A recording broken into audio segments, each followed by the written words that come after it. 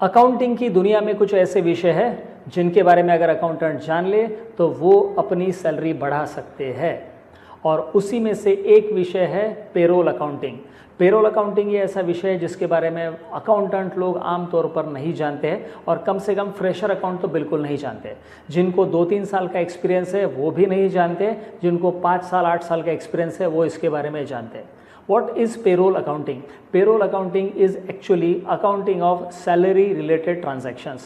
Salary से संबंधित जितने भी ट्रांजैक्शन है उसका अकाउंटिंग करना मतलब ही पेरोल अकाउंटिंग करना होता है। अब ये पेरोल अकाउंटिंग में ऐसी कौन सी बात है जिसकी वजह से आपकी सैलरी बढ़ सकती है एज एन अकाउंटेंट?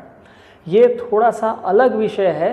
अकाउंटिंग तो अकाउंटिंग ही रहने वाला है, यहाँ पे भी डेबिट क्रेडिट रहेगा, लेकिन ये थोड़ा सा अलग विषय है और इसके बारे में लोग नहीं जानते। सैलरी अकाउंटिंग में कौन कौन सी चीज़ें होती है, पेरोल अकाउंटिंग में कौन कौन सी चीज़ें होती है। यहाँ पे कहानी शुरू होती है अटेंडेंस से। अटेंडेंस मतलब एम्प्लॉय ऑफिस में आया है कि नहीं, प्रेजेंट है कि नहीं। तो प्रेजेंट, अब्सेंट, लीव।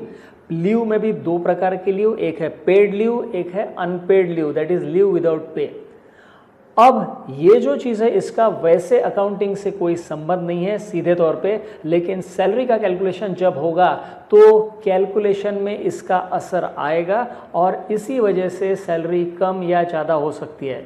तो आप जब 1 महीने की सैलरी रिकॉर्ड करेंगे तो सैलरी एक्सपेंडिचर में जो अमाउंट डेबिट होने वाला है वो अमाउंट कम या ज़्यादा हो सकता है depending on the attendance of the employees. तो सबसे पहले कहानी शुरू होती है यहाँ पे लीव रिकॉर्ड से या अटेंडेंस रिकॉर्ड से। अब इसके बाद जो होता है वो 2 पार्ट आपके सैलरी अकाउंटिंग में रहेंगे। एक पार्ट रहेगा अर्निंग फॉर एम्प्लॉय और दूसरा रहेगा डिडक्शन फॉर एम्प्लॉय। अब अर्निंग में क्या क्या आएगा? अर्निंग मतलब एम्प्लॉय की कमाई। अर्निंग में अलग अलग हेड्स हो सकते हैं। हेड्स एक होता है बेसिक सैलरी, दूसरा होता है डियरनेस अलाउंस, तीसरा और बहुत सारे अलाउंसेस ऐसे हो सकते हैं जो कि हम एम्प्लॉयज़ को दे रहे हैं, और ये सारे के सारे हमारे लिए एक्सपेंडिचर के हेड रहेंगे। मतलब एम्प्लॉयर के लिए ये एक्सपेंडिचर के हेड है, लेकिन एम्प्लॉय के लिए अर्निंग्स के हेड है। अब जैसे मैंने बताया था बेसिक सैलरी हो सकता है, डियरनेस अलाउंस, उसके बाद ट्रैवल अलाउंस उसको हम दे सकते हैं, एचआरए दे सकते हैं, हाउस रेंट अलाउंस दे सकते हैं, उसके बाद कन्वेंस अलाउंस दे सकते हैं, मेडिकल अलाउंस दे सकते हैं, अलग अलग टाइप के यूनिफॉर्म अलाउंस भी कभी कुछ कुछ केसेस में दिया जाता है। तो ये अलग अलग टाइप के अलाउंसेस एम्प्लॉयज़ को दिए जाएंगे, इसका भी अकाउंटिंग हमें करना है। ये सारे के सारे अर्निंग्स फॉर एम्प्लॉय है, और एम्प्लॉयर के लिए मतलब हम जिनका अकाउंटिंग कर रहे हैं तो उनके लिए एक्सपेंडिचर के हेड है। अब जैसे मैंने बताया था एक होता है पार्ट अर्निंग्स, दूसरा पार्ट होता है डिडक्शन फॉर एम्प्लॉय। डिडक्शन में क्या क्या रहेगा? डिडक्शन में 2 तरह के डिडक्शन रह सकते हैं यहाँ पे, एक स्टैट्यूटरी डिडक्शन, दूसरा non statutory deduction. Non statutory और स्टैट्यूटरी में अंतर यह है, स्टैट्यूटरी मतलब जिसको जो आपके लिए कंपलसरी है बाय लॉ, बाय रूल, वो आपके लिए कंपलसरी है, आपकी इच्छा है नहीं है उसका कोई फर्क नहीं पड़ता, वो आपको काटना ही पड़ेगा। डिडक्शन मतलब पैसा कम करना, सैलरी काट के देना, इसको हम कहते हैं डिडक्शन। अर्निंग्स मतलब सैलरी इनकम हेड है वो एम्प्लॉयज़ के लिए। तो डिडक्शन में मैंने आपको 2 हेड्स बताए, एक है स्टैट्यूटरी डिडक्शन, एक है नॉन स्टैट्यूटरी डिडक्शन।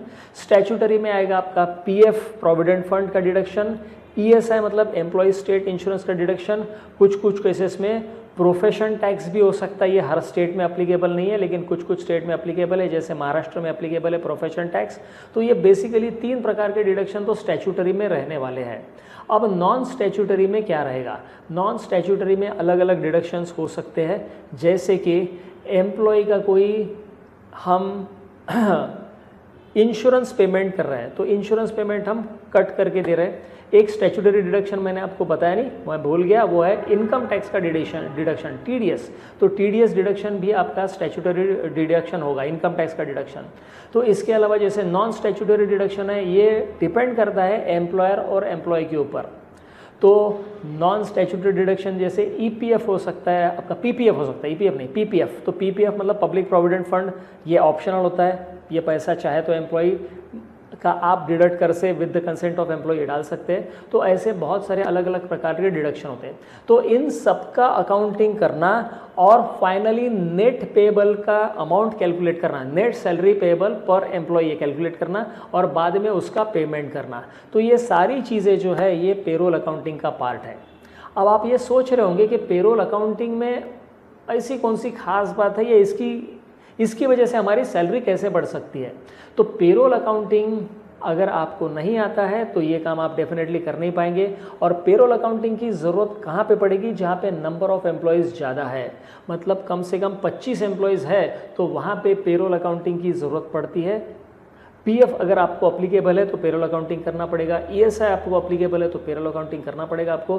और जहाँ पे 25 से ज़्यादा एम्प्लॉयज़ है नॉर्मली वहाँ पे पेरोल अकाउंटिंग की ज़रूरत पड़ती है और लोग करते भी हैं। अब नंबर ऑफ़ एम्प्लॉयज़ जैसे जैसे बढ़ते जाएंगे वैसे वैसे अकाउंटिंग में कॉम्प्लिकेशन शुरू हो जाता है और ये कॉम्प्लिकेशन हैंडल करने के लिए दिमाग लगता है और ये दिमाग के लिए ही पैसा दिया जाता है एक्स्ट्रा। तो जो मैं आपको कह रहा था कि अगर आपको पेरोल अकाउंटिंग आता है तो आपकी सैलरी बढ़ सकती है, आप ज़्यादा सैलरी डिमांड कर सकते हैं, क्योंकि ये कॉम्प्लिकेशन हैंडल करना हर किसी के बस की बात नहीं होती है। हम जिस भी क्षेत्र में काम कर रहे हैं, हम जो पैसा कमाते हैं वो पैसा अकाउंटिंग प्रोफेशन में नॉलेज बेसिस के ऊपर कमाया जाता है। तो जितना ज़्यादा नॉलेज उतनी ज़्यादा कमाई, जितना ज़्यादा स्किल उतनी ज़्यादा कमाई। सो प्लीज़ रिमेंबर, हमें अपने स्किल को डेवलप करना ही पड़ेगा, लगातार डेवलप करना पड़ेगा। अकाउंटिंग की दुनिया या किसी भी क्षेत्र में नॉलेज कभी ऐसा नहीं हो सकता है कि मैंने सारा नॉलेज पा लिया, मैंने सब कुछ सीख लिया, अब कुछ भी सीखने की ज़रूरत नहीं है। ऐसा नहीं होता है। इसीलिए हम लगातार ये सीरीज़ चला रहे हैं और इस माध्यम से हम लोगों को एजुकेट कर रहे हैं। तो मैं आपको एक चीज़ और यहाँ पे बता दूँ, हम अकाउंटिंग फ्रेंड नाम की एक लेक्चर सीरीज़ चलाते हैं जिसमें संडे के दिन लाइव सेशंस में कंडक्ट करता हूँ। It is free of cost session for everybody, you can also join that session. Description box में मैंने उसका रजिस्ट्रेशन का लिंक दिया है, तो आप इसके ऊपर क्लिक करके हमारे मेंबर बनने जाइए। और मेंबर बनने के बाद it is a free of cost session, मैंने आपको बता दिया, सेशन फ्री है, मेंबरशिप फ्री है। सिर्फ आपको क्लिक करना है, आपके डिटेल्स देना है और उसके बाद आपको इस सेशन के इन्विटेशन आते रहेंगे। 163 सेशन, 163 सेशंस अभी तक हमने कंडक्ट किए हैं ऑन 163 डिफरेंट टॉपिक्स, अलग अलग टॉपिक्स के ऊपर। तो आप भी इसमें आ सकते हैं और अपने आप को अपडेट कर सकते हैं। Thank you.